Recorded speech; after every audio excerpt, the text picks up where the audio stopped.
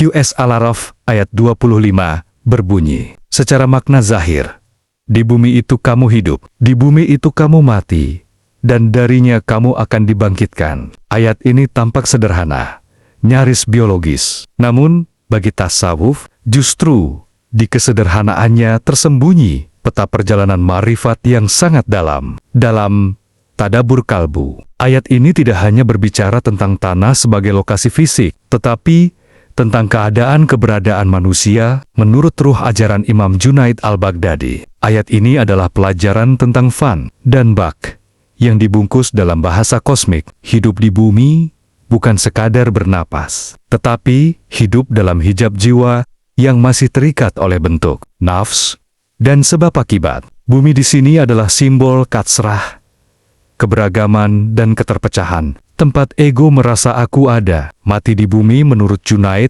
bukan hanya berhentinya jasad, tetapi matinya klaim diri. Inilah fan, nafs, ketika kehendak pribadi luruh, identitas leleh, dan hamba tidak lagi berdiri dengan dirinya sendiri. Kematian ini bisa terjadi sebelum jasad dikubur. Bahkan, bagi para arif, inilah kematian yang dicari. Dari bumi kamu dibangkitkan adalah bil, bangkitnya kesadaran baru setelah ego mati. Hamba kembali hidup, tetapi bukan sebagai dirinya melainkan sebagai alat kehendak Allah.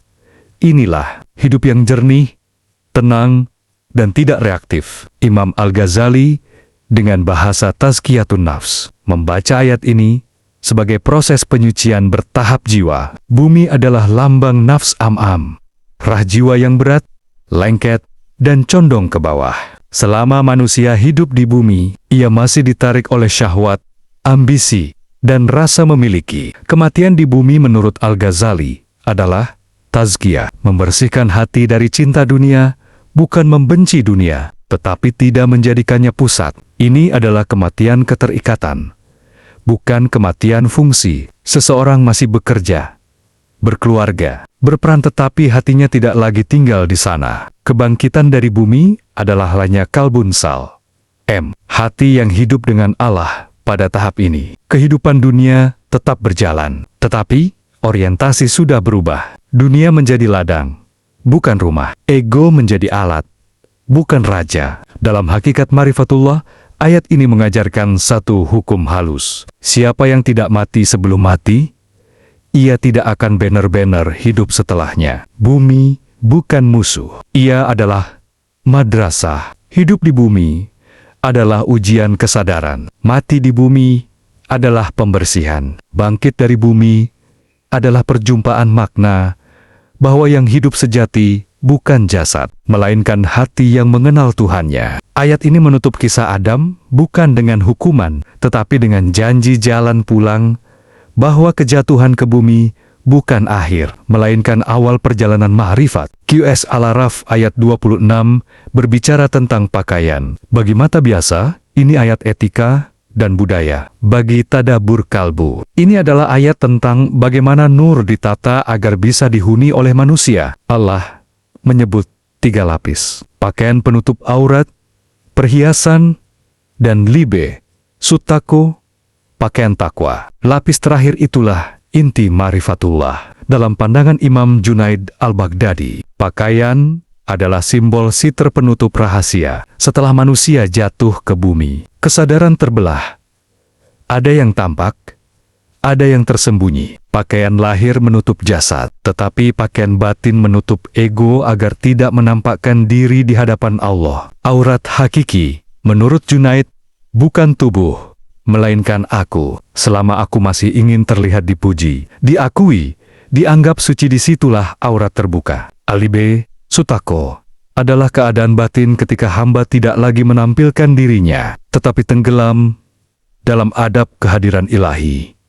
Inilah pakaian para arif, tak terlihat, tapi terasa. Dalam bahasa Junaid, takwa bukan kumpulan amal, melainkan kehalusan sikap di hadapan Allah. Hamba berpakaian dengan diam, rendah, dan waspada terhadap gerak hatinya sendiri. Imam Al-Ghazali, dengan pendekatan Tazkiyatun Nafs, membaca ayat ini sebagai peta penyucian jiwa dari luar ke dalam. Pakaian lahir menjaga manusia dari kehinaan syahwat. Perhiasan menjaga keseimbangan, bahwa keindahan tidak haram selama tidak menguasai hati. Namun libazet, taqwa adalah pakaian hati.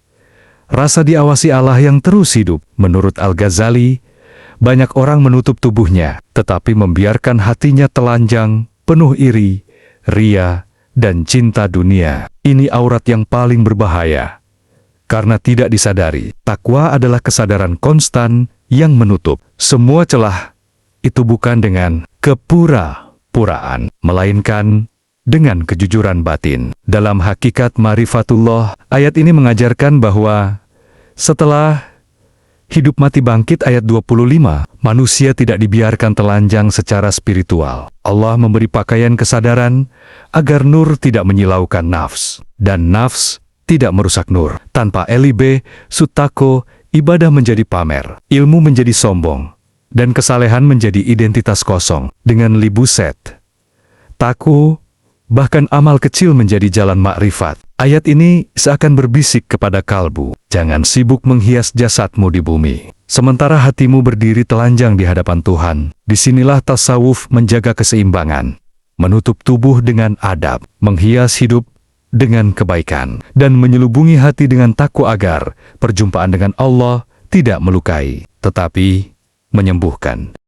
QS Al-Araf ayat 27 adalah peringatan yang tajam namun sangat halus. Allah mengingatkan anak Adam agar tidak tertipu oleh setan, sebagaimana orang tua manusia pernah ditipu, hingga pakaian mereka dilucuti dan auratnya ditampakkan. Dalam kacamata tasawuf tadabur kalbu, ini bukan kisah masa lalu, melainkan mekanisme batin yang terus berulang. Setan tidak digambarkan menyerang dari depan, tetapi melucuti. Ia tidak menciptakan dosa, ia menghilangkan penutup. Dalam pandangan Imam Junaid al-Baghdadi, inti ayat ini adalah tentang hilangnya siter penjagaan batin. Selama hamba berada dalam adab, setan tidak punya akses. Ketika adab runtuh, merasa aman, merasa sudah sampai, merasa suci, di situlah setan masuk tanpa perlu ribut. Pakaian yang dilucuti bukan kain, melainkan LIB, sutako. Saat takwa robek, aurat hakiki terbuka. Ego yang ingin diakui, nafs yang ingin diikuti, dan akal yang ingin merasa paling benar. Setan menurut Junaid bukan sekadar makhluk, tetapi segala bisikan yang membuat hamba berdiri dengan dirinya sendiri, bukan dengan Allah. Maka tipu daya setan yang paling halus adalah membuat hamba lupa bahwa ia sedang dilihat Allah. Ketika rasa murakabah, kesadaran, diawasi mati, hamba telanjang walau berpakaian ibadah. Imam Al-Ghazali membaca ayat ini sebagai peta kerja setan dalam jiwa. Setan tidak memerintah langsung, tetapi membujuk melalui nafs. Ia memulai dari hal yang tampak mubah, lalu menggeser niat, kemudian mengeringkan keikhlasan. Pada akhirnya, amal tetap ada, tetapi ruhnya hilang. Menurut Al-Ghazali, aurat yang ditampakkan setan adalah penyakit hati, ria, ujub, hasad, dan cinta dunia. Ini lebih berbahaya daripada maksiat lahir, karena terasa seperti kebenaran. Setan melihat manusia dari tempat yang tidak mereka lihat. Artinya, ia memahami celah psikologis dan spiritual kita, sementara manusia sering buta terhadap dirinya sendiri. Dalam Tazkiyatun Nafs, ayat ini menegaskan bahwa musuh terbesar bukan di luar, tetapi di dalam pada kelengahan yang dibiarkan. Dalam hakikat Ma'rifatullah, QS Al-Araf 27 mengajarkan satu disiplin penting. Siapa yang menjaga pakaian batinnya, ia aman. Siapa yang merasa sudah aman, ia mulai telanjang. Setan tidak mampu merobohkan nur, tetapi ia bisa membuat hati berpaling darinya. Jalan ma'rifat bukan tentang mengalahkan setan dengan kekuatan, melainkan menutup semua pintu dengan adab, kesadaran, dan kerendahan hati. Ayat ini seakan menasihati kalbu. Jangan sibuk mencari di mana setan bersembunyi, periksa di mana takwamu mulai longgar. Disitulah kisah Adam terus ditulis ulang setiap hari di dalam diri manusia. QS Al-Araf ayat 28 berbicara tentang satu penyakit batin yang sangat tua, namun selalu tampil dengan wajah baru, membenarkan kesalahan atas nama Tuhan Orang-orang berkata, kami mendapati nenek moyang kami melakukan ini, dan Allah memerintahkannya.